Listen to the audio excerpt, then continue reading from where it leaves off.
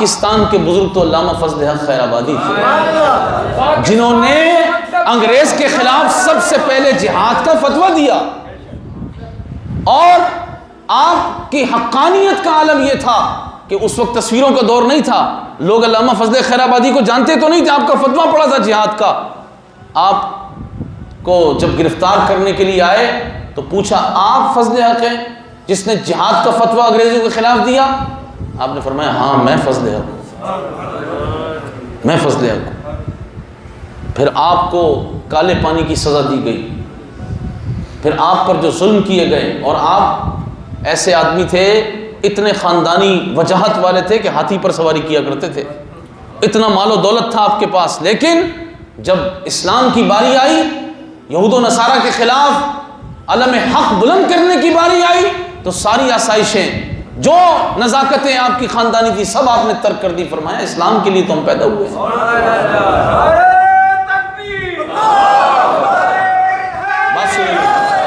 بات سنیں، ہمارے بزرگ جنہوں نے پاکستان بنانے کے لیے جد و جہد کی، ان کی شانیں بڑی بلند و بالا ہیں، اور پھر جتنی تحریکیں پاکستان کی چلی، ان تحریکوں کے اندر بہت بڑا کلیدی کردار امام احمد رضا فاضل بریلوی رات کو خلفاء، یہ نظریہ پاکستان کے بانی ہیں، انہوں نے نظریہ پاکستان قوم کو پہنچایا۔ اور علامہ امجد علی اعظمی رحمۃ اللہ علیہ، علامہ عبدالعلیم صدیقی میرٹھی رحمۃ اللہ علیہ، حضور حجت الاسلام مولانا حامد رضا خان، حضور مفتی اعظم ہند علامہ سید نعیم الدین مراد آبادی، کون جانتا ہے ان کے ناموں کو؟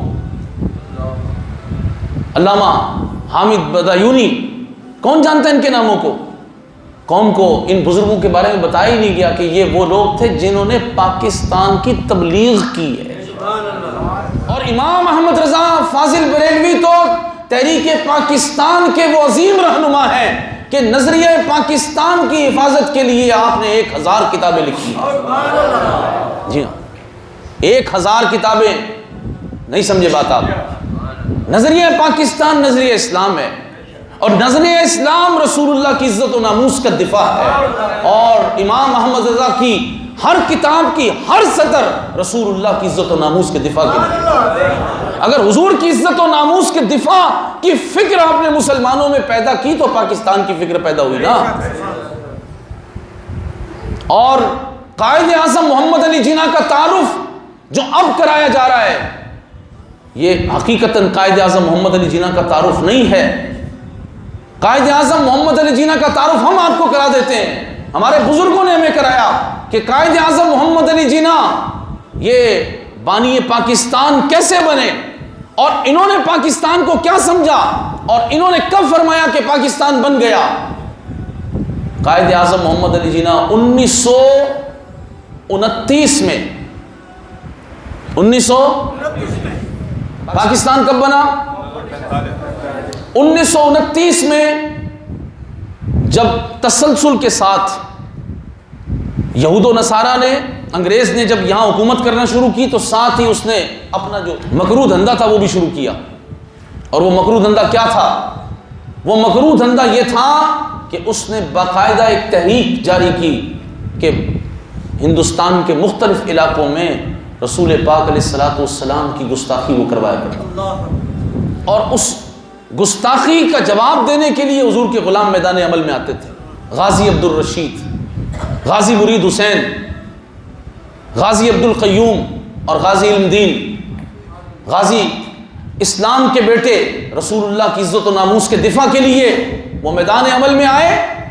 اور غازی علم دین نے جب اس بدبخت گستاخ رسول کو واصل جہنم کیا تو یہ ہے قائد اعظم کا تعارف، کہ قائد اعظم اس کا کیس لڑنے کے لیے آپ لاہور تشریف لائے۔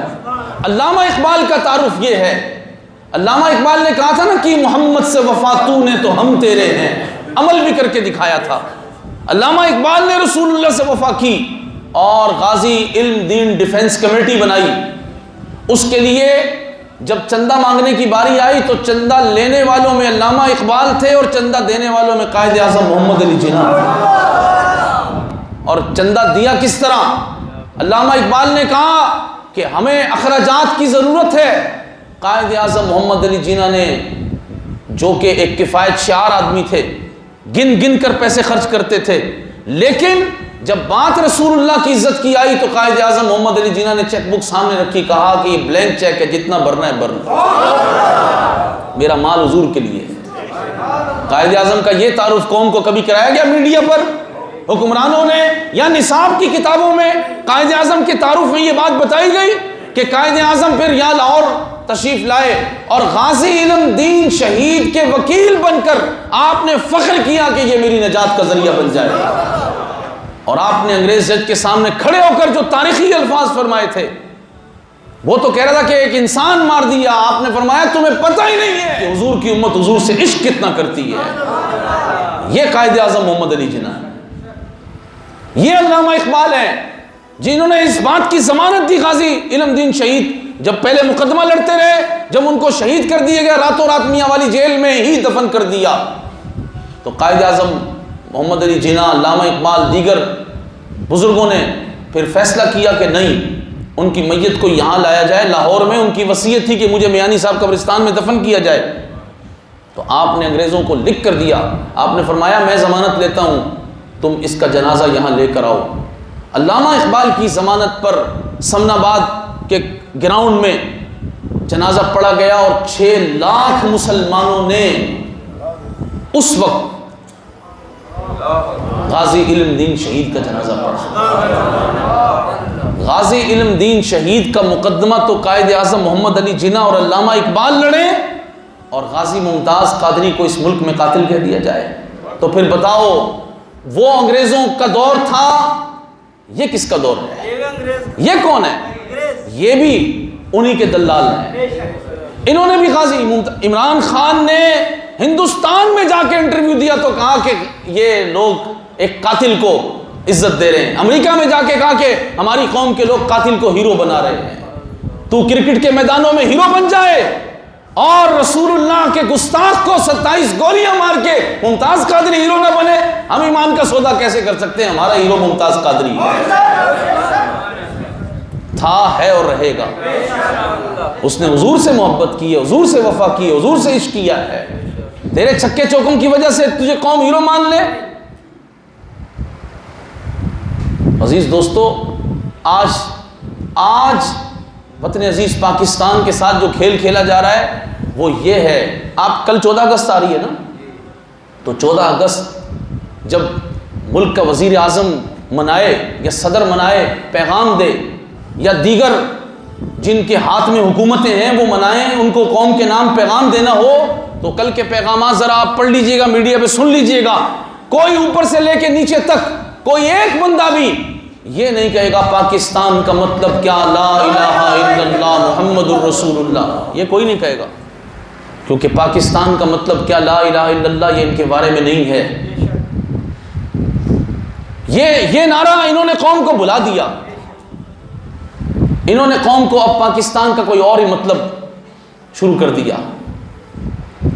انگریز یہاں سے چلے گئے لیکن اپنے ایجنٹ یہاں چھوڑ گئے، اور آپ کو میں اس کی ایک مثال دے دوں، ذرا غور سے آپ حضرات اپنے کانوں کو پوری طرح متوجہ کر دیں، اور جو عمران خان کو ووٹ دے چکے ہیں وہ بھی، اور جو بلاول کو لانا چاہتے ہیں وہ بھی، جنہوں نے نواز شریف کی حمایتیں کی وہ بھی، جو الطاف حسین کے نام پہ ناچتے رہے وہ بھی، غور سے سن لیں کہ پاکستان رسول اللہ صلی اللہ تعالی علیہ وسلم کی عزت و ناموس کے نام پر بنا اور انشاءاللہ اسی پر قائم رہے گا۔ ٹھیک ہے، تمہیں اقتدار ملا، اللہ نے تمہیں ڈھیل دی، فرعون کو بھی اللہ تعالیٰ نے 400 سال کی زندگی دی تھی، اس کے بھی سر میں درد نہیں ہوتا تھا، تمہارے محلات میں بھی کوئی پریشانی تمہیں اس وقت نہیں ہے، مگر رب ذوالجلال بڑی غیرت والا ہے، تم دیکھنا تمہارے ساتھ ہوتا کیا ہے، جیسے وہ ذلیل ہو رہے ہیں تم بھی ذلیل ہوگے۔ میں آپ حضرات کو جو بات کرنے لگا ہوں اس کو غور سے سنیں۔ 1947 میں پاکستان بنا، چونکہ عہدوں کی تقسیم انگریزوں نے کی تھی، عہدوں کی تقسیم انہوں نے بٹوارا کیا تھا نا، تو تقسیم بھی انہوں نے کی، انہوں نے پاکستان کا پہلا وزیر خارجہ ظفر اللہ خان کو لگایا۔ ظفر اللہ خان کو جب انہوں نے پاکستان کا پہلا وزیر خارجہ لگایا تو ساتھ ہی اسے سر کا خطاب بھی دے دیا. یہ سر کا خطاب انگریزوں کا دیا ہوا، اور آج تو بچہ بچہ اپنے استاد کو سر کہتا ہے. نہیں سمجھے؟ ہر دفتر کے اندر کون سی زبان بولی جاتی ہے؟ سر سر سر. بہرحال ظفر اللہ خان یہ رسول اللہ کو آخری نبی نہیں مانتا تھا اور قائد اعظم کے جنازے میں شریک نہیں ہوا. قومی مجرم بھی ہے. اور ظفر اللہ خان یہ وہ بدبخت شخص ہے جس نے اخبارات میں ہیڈنگ لگوائی تھی. اس وقت کے اخبارات میں ہیڈنگ لگوائی تھی کہ ہم پاکستان کو اسلامی اسٹیٹ نہیں بننے دیں گے، یہاں اسلام کا نظام نافذ نہیں ہونے دیں گے. اور یہ قادیانی تھا. جب اس نے یہ ہیڈنگیں لگوائیں اور پاکستان کے نظریے پر اس نے حملہ کیا تو اس وقت کوئی اور کھڑا نہیں ہوا. اس وقت کھڑے ہونے والوں میں بھی امام احمد رضا فاضل بریلوی کے خلیفہ علامہ سید ابو الحسنات قادری رحمۃ اللہ تعالیٰ علیہ تھے. نام لو اپنے ہیرو کے. اس وقت علامہ عبدالستار خان نیازی تھے، علامہ سید خلیل قادری تھے، ہمارے اکابرین بزرگان دین تھے. وہ کھڑے ہوئے. سب سے پہلے انہوں نے راستہ اختیار کیا، حکومت کے پاس گئے. خواجہ ناظم الدین پاکستان کا پہلا وزیر اعظم تھا. اس کے پاس جا کے کہا کہ یہ شخص کیا بک بک کر رہا ہے، پاکستان رسول اللہ کے دین کے نام پہ بنا ہے.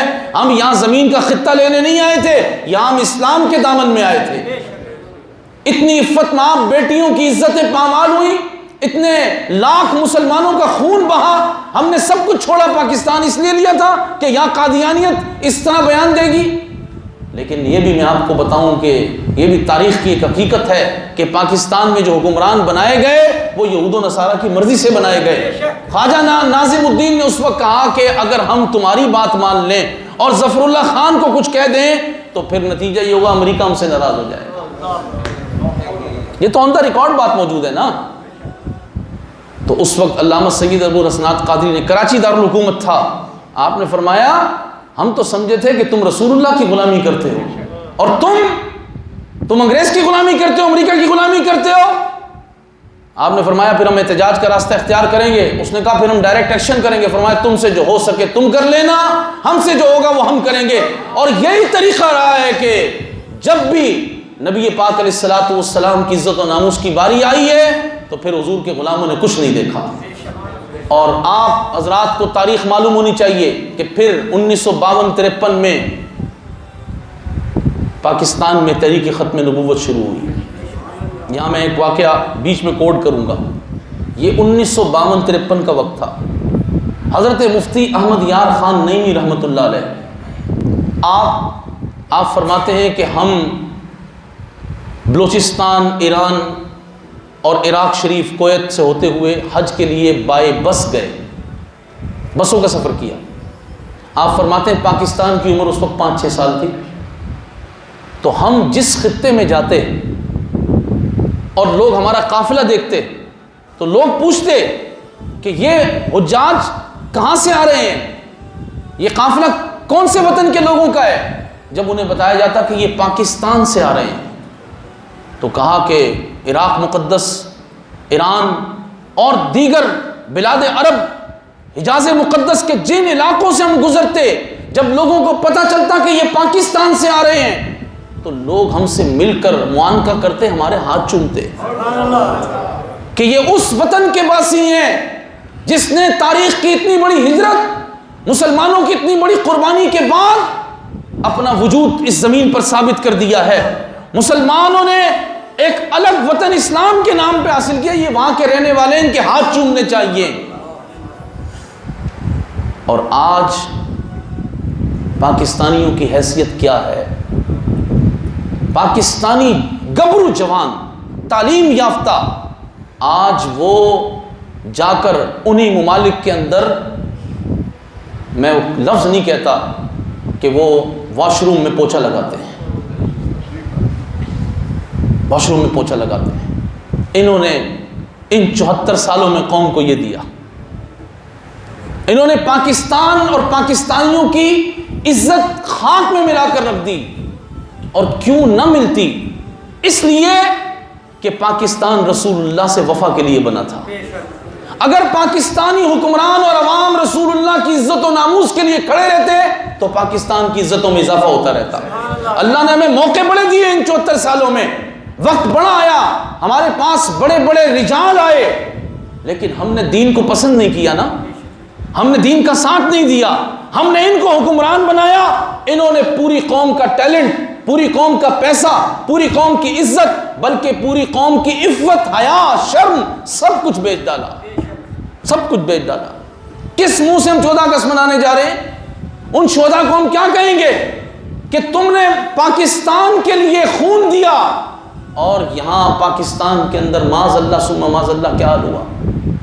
1953 کی تحریک پر میں آپ سے بات کروں گا. 20 سال تک یہ تحریک چلتی رہی, صرف اتنی سی بات کے الوانے کے لیے کہ قادیانی آئین پاکستان میں کافر لکھو. اتنی سی بات کے لیے 20 سال میں 10,000 مسلمان شہید ہو گئے. یہ کافروں کے دلال یہ لوگ ہیں. یہ میں کسی غیر ملک کی, انگریز ملک کی بات نہیں کر رہا, میں پاکستان کی تاریخ آپ کو بتا رہا ہوں. مسجد وزیر خان چلے جائیں, اگر کوئی بوڑھا آدمی ملے تو اس سے پوچھئے گا کہ مسجد وزیر خان کے فرش پر کس طرح خون بہتا تھا, وہ کہے گا کہ جیسے بارش کا پانی بہتا تھا. حضور کے غلاموں کا خون یوں بہایا گیا. اور اگر آپ کو اس تاریخ کو پھر سے دیکھنا ہو تو ابھی اس سال کے رمضان کے شروع کے روزوں میں لاہور میں جو کچھ ہوا وہ آپ حضرات دیکھ لیں, آپ کو پتہ چل جائے گا وہ جو تھے انہی کی ذریت یہ. ان کو اس سے کوئی سروکار نہیں کہ یہ رسول اللہ کا نام لے رہے ہیں, یہ کلمہ پڑھ رہے ہیں. ان کو یہ پتہ ہے کہ یہ ہمارے اقتدار کے لیے خطرہ ہیں, اور انشاءاللہ ہم تمہارے اقتدار کے لیے خطرہ تھے اور رہیں گے, کیونکہ ہم نے اقتدار اسلام کو دینا ہے. یہ لوٹنے والوں کے لیے پاکستان نہیں, لٹیروں کے لیے پاکستان نہیں بنا. قوم جاگے, قوم واپس آئے اپنی اساس کی طرف. کم سے کم ان بیٹیوں کا تو حیا کرو کہ جو سکھوں نے اغوا کر لی تھی اور پھر ان کے ہاتھ سے ان کی اولادیں پیدا ہوئی. ان بیٹیوں کا تو حیا کرو جنہوں نے گہرے کنووں میں چھلانگ مار دی مگر ہندوؤں کے ہاتھ اپنی عفت نہیں لٹنے دی. اور انہوں نے ڈاکٹر عافیہ صدیقی, صدیق اکبر کی اولاد, حافظ قرآن, مسلمانوں کی بیٹی اٹھا کر امریکہ کے حوالے کر دی. عمران خان بڑھ کے مارتا تھا میں ڈاکٹر عافیہ کو واپس لاؤں گا. 4 سالوں میں نام بھی نہیں لیا اس نے کبھی ڈاکٹر عافیہ صدیقی کا. کیوں لے گا نام؟ اس کو پتہ ہے کہ جہاں سے اقتدار ملتا ہے وہ ناراض ہو جائیں گے اگر ڈاکٹر عافیہ صدیقی کا نام لیا. اللہ کرے کہ اسلام کے پاس حکومت ہو, پھر ہم انشاءاللہ تعالی ڈاکٹر عافیہ صدیقی کو لائیں گے. جی ہاں, پہلے گھنٹے میں حکم جاری ہوگا ڈاکٹر عافیہ صدیقی لائی جائے. یہ کیا بات ہوئی؟ ایک مسلمان بیٹی کی عزت کے لیے, اس کے دوپٹے کی حیا کے لیے رسول اللہ نے پورا ایک غزوہ فرمایا. پورا ایک غزوہ حضور کا غزوہ قینقاع ہوا, اور آپ نے یہودیوں کو مدینہ طیبہ سے قینقاع کے لوگوں کو نکال دیا. اور فاروق اعظم رضی اللہ تعالیٰ عنہ نے تو جزیرہ عرب سے یہودیوں کو نکال کر شام میں مبعوث کر کے رکھ دیا تھا. کیوں نہیں بتاتے؟ اور آج کون حکمرانی کر رہا ہے؟ 3 واقعات پے در پہ اس ایک ہفتے کے اندر قرآن مجید فرقان حکیم کو جلانے کے پاکستان میں ہوئے. بے حرمتی ہوئی. قرآن کریم کو یہاں پاکستان کراچی کے اندر صدر میں بلڈنگ سے اوپر سے پھینک دیا گیا معاذ اللہ. کسی کا دل دہلا؟ میڈیا نے خبر لگائی کہ اسلام آباد لرز گیا قرآن کی بے حرمتی سے؟ پوچھ رہا ہوں. کسی اینکر پرسن نے کہا کہ ملک میں زلزلہ آ جائے گا, وبال آ جائے گا؟ نہیں. لیکن پاکستان کے چیف جسٹس نے سوموٹو ایکشن لیا, قرآن جلانے پر نہیں, قرآن کی بے حرمتی پہ نہیں. جن ہندوؤں نے قرآن جلایا تھا, جب مسلمانوں نے احتجاج کیا کوئی سنوائی نہیں ہوئی, کوئی بات سننے والا نہیں تھا. انہوں نے سڑکیں بلاک کر کے دیکھ لی, کوئی بات نہیں سن رہا تھا. بالآخر انہوں نے ہندوؤں کے اپنے ہاتھ سے گھڑے ہوئے وہ بت, وہ انہوں نے جا کر جب پاش کیے, انہوں نے اس مندر پر ہلہ بولا, اور ان کا حق تھا. جب ان کی کوئی سنوائی نہیں کر رہا تھا تو وہ کیا کرتے؟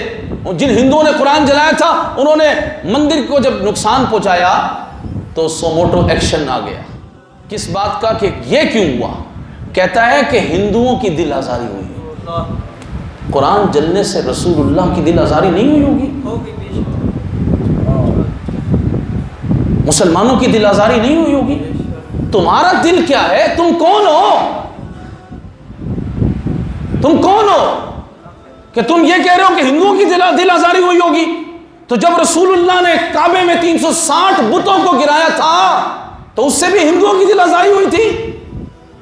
بتاؤ نا، جب حضرت علی المرتضیٰ کو حضور نے فرمایا اس طرح سے اس بت کو گرا دو، جدوں رسول اللہ نے حضرت مولا کائنات نو اتنے چڑھایا نا چھت تے او پتل دا بڑے ہویا تے زمین تک دے نال لوہے دیاں میخاں لگی ہوئی سن، ہبل بت وڈا سارا تو بت انہاں دا۔ حضور پیچھے ہٹ گئے کعبے تو، پیچھے ہٹ کے تے مولا علی جدوں انہوں ڈھان لگے نا تے حضور نے فرمایا علی انج نہیں، انج کر کے ڈاؤ، اینج کر کے ہلاؤ انہوں۔ حضور تے طریقہ بھی دس دین بھائی بت نو ڈھانا کنج، مولا علی تے ڈھا ہی دینا سی، لیکن حضور نے فرمایا علی جلدی کرو، ہن اسی جے آ گئے، ہن ساڈے سامنے کعبے دی چھت تے پیا رہنا ہے۔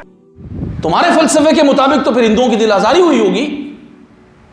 اور پھر آپ دیکھیں کہ رات میں نے خبر پڑی کہ وہ مندر جو توحید کے ان پرستاروں نے، حضور کے غلاموں نے توڑا تھا قرآن کی محبت میں، اس کی تزئین و آرائش کا کام 3 دن میں مکمل کر دیا گیا، وہ بھگوان پھر بنا دیے گئے۔ یہ ہے نیا پاکستان، یہ بلاول کا پاکستان جس نے مورتیوں پہ دودھ چڑھایا تھا، یہ نواز شریف کا پاکستان جس نے قادیانیوں کو بہن بھائی کہا تھا۔ سمجھ رہے ہیں بات؟ آپ بتائیں، ملک کا چیف جسٹس اگر ہندوؤں کی دل آزاری کا خیال کرے اور قرآن کریم فرقان حکیم کے بے حرمتی کا خیال نہ کرے تو قوم پر وبال نہیں آئے گا؟ پھر پاکستان میں برکتیں آئیں گی؟